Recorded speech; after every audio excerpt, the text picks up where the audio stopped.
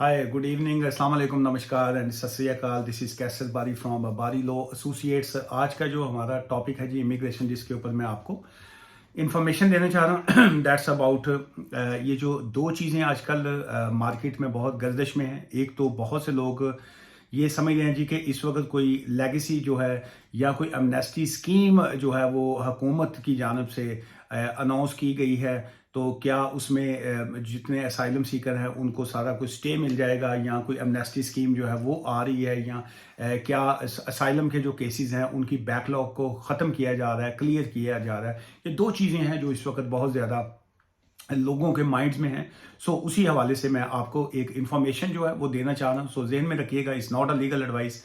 और ये जो मैं बात ये कर रहा हूँ, ये जो यूके वीज़ाज एंड इमिग्रेशन की जानब से जो है असाइलम डिसीजन मेकिंग जो सिस्टम है उनका, उनकी जानब से जो है वो आज ही अनाउंस की गई है। एक्चुअली तो अनाउंस जो है वो ये 11 अक्टूबर को की गई है, आज से कुछ 4 दिन पहले, 4 डेज पहले। लेकिन इसका जो फुल जो इसकी डिटेल्स जो थी वो मेरे तक जो है वो आज ही पहुंची हैं। लेकिन इससे पहले कुछ छोटी छोटी शॉर्ट चीज़ें जो थी वो आ रही थी, जो मैं साथ साथ आपके साथ शेयर करता रहा हूँ। लेकिन आज जो है, आज की इस वीडियो में जो है वो तफसील से मैं आपको बताना चाह रहा हूँ।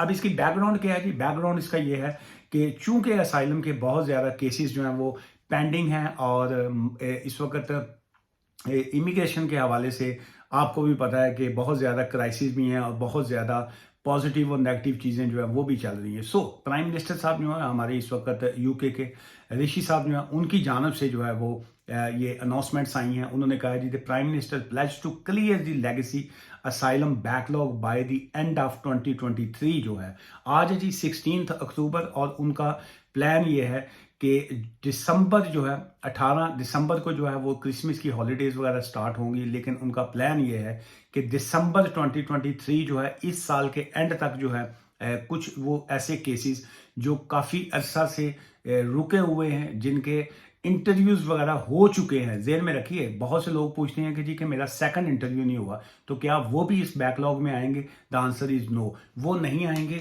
जिनके मेन इंटरव्यूज हो चुके हुए हैं, सेकंड इंटरव्यूज हो चुके हैं, और उनका केसेस जो है वो पेंडिंग है, उस तरह के केसेस को उनकी एक अपनी एक लिस्ट है। उस लिस्ट में कौन लोग शामिल हैं, किस तरह की वो लिस्ट है, वो अभी किसी को नहीं पता।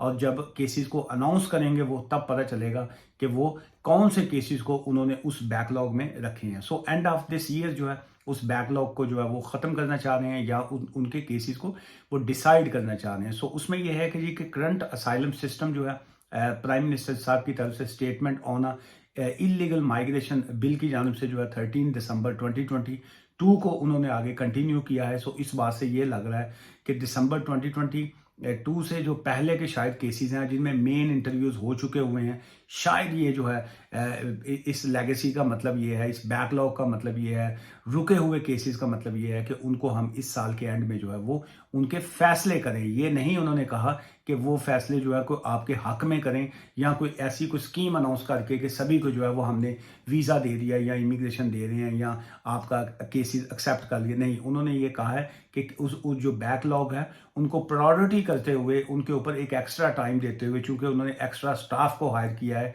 ताकि हम केसेस को जो है वो डिसाइड कर सकें। सो क्या डिसीजन यस होता है या नो होता है उसकी बात नहीं है, लेकिन डिसाइड करने की बात हो रही है। अच्छा, उसके बाद आ गया इसकी जो बैकग्राउंड में थोड़ी सी मैं अगर और आपको तफसील दूं, तो उसमें यह है कि illegal migration act was introduced on 7 March 2023।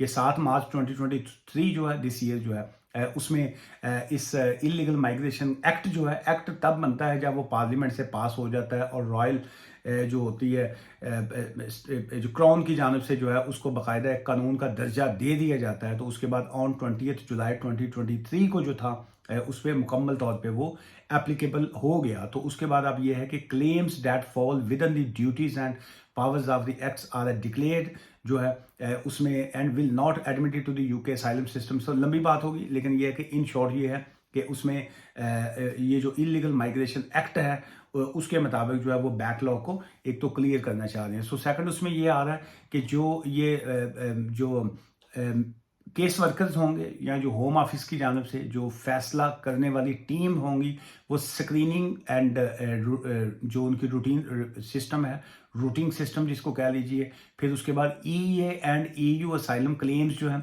Asylum interviews हैं, फिर उसके बाद असेसिंग आ गई जी credibility and refugee status claims launched before 28 June 2022 जो है, ये क्या claims launched between, launch mean के जी के जो उन्होंने लोगों ने फाइल किए हुए थे केस, आपने लॉन्च बिफोर 28 जून 2022 आ गया। फिर उसके बाद आ गया जी assessing credibility and refugee status जो है, क्लेम्स लॉन्च्ड ऑन और आफ्टर 28 जून जो है 2022, उसमें वो चीज़ें भी आ रही हैं। क्लियर अनफाउंडेड क्लेम्स जो है, अनफाउंडेड क्लेम्स का मतलब ये है कि जिनका सिर पैर कोई नहीं सी केसेस का, जिनका कोई पता नहीं चल रहा था कि ये कौन लोग हैं, कहाँ से आए हैं, बगैर डॉक्यूमेंट्स के केस फाइल किए हुए हैं, मुख्तलिफ आ गया। क्लियरली अनफाउंडेड का वर्ड आ रहा है। सर्टिफिकेशन अंडर सेक्शन 94 गाइडेंस जो है वो आ रही है।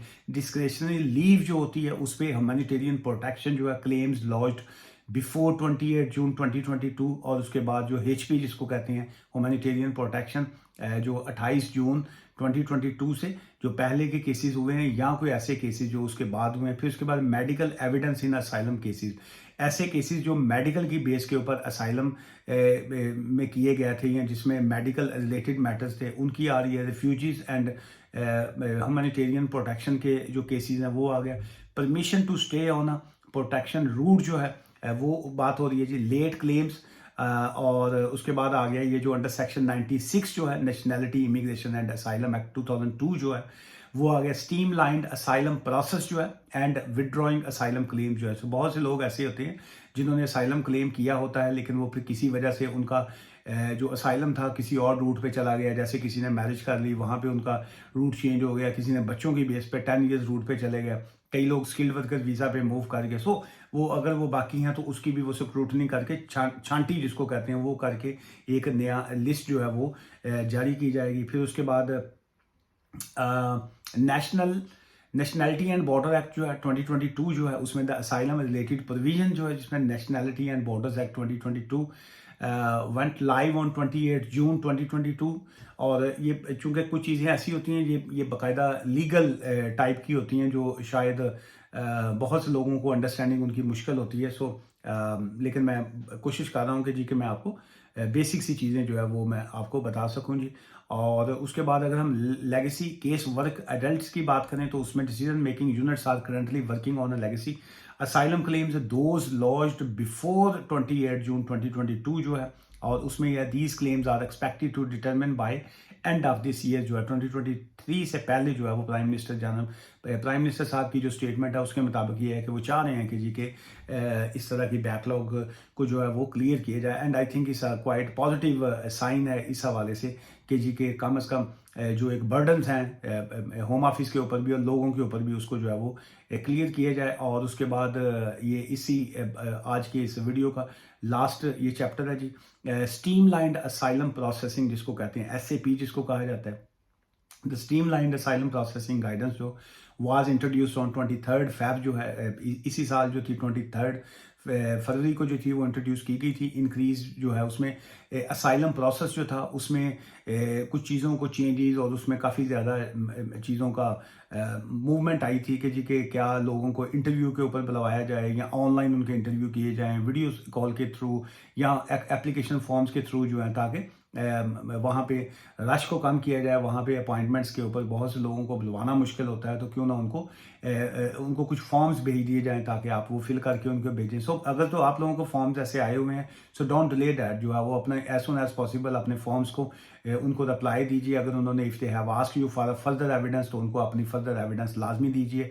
अगर वहाँ पे कोई और चीज़ें आपकी पेंडिंग है या अगर आपका कोई वकील नहीं है या आपको केस की समझ नहीं आ रही, तो आप जो सिटीजन सपोर्ट सेंटर्स हैं, एडवाइस ब्यूरोज हैं, बहुत से ऐसी ऑर्गेनाइजेशंस हैं जो इस तरह की लोगों की कानूनी मदद जो है वो फ्री भी करते हैं। आप उनसे भी बिल्कुल रब्ता कर सकते हैं अगर आप अफोर्ड नहीं करते हैं ताकि लीगल हेल्प के लिए। So for further details on asylum claims are assessed and decided within the streamlined asylum processing framework जो है, सी सेपरेट, वो जो उसकी भी सेपरेट चीज़ें आ जाती हैं। अच्छा, इसके अलावा इसमें और भी काफ़ी चीज़ें हैं जी, लेकिन यह है कि वो मैं टू दी पॉइंट यही आपको बताना चाह रहा हूँ कि जो बैकलॉग है, जो पुराने केसेस हैं उनको वो चाह रहे हैं कि इस साल जो है एंड ऑफ दिस ईयर जो है पुराने पेंडिंग केसेस को जो है वो क्लियर किया जाए। और मैं यहाँ पे ना आपको असाइलम की एडवाइस दे रहा हूँ, and this is not a asylum advice session. और बहुत से ऐसी चीज़ें होती हैं जिसको आपके सवालात जो होते हैं वो they need a legal advice. तो वहाँ पे अगर आप सवालात छोड़ते भी हैं तो बहुत टफ होता है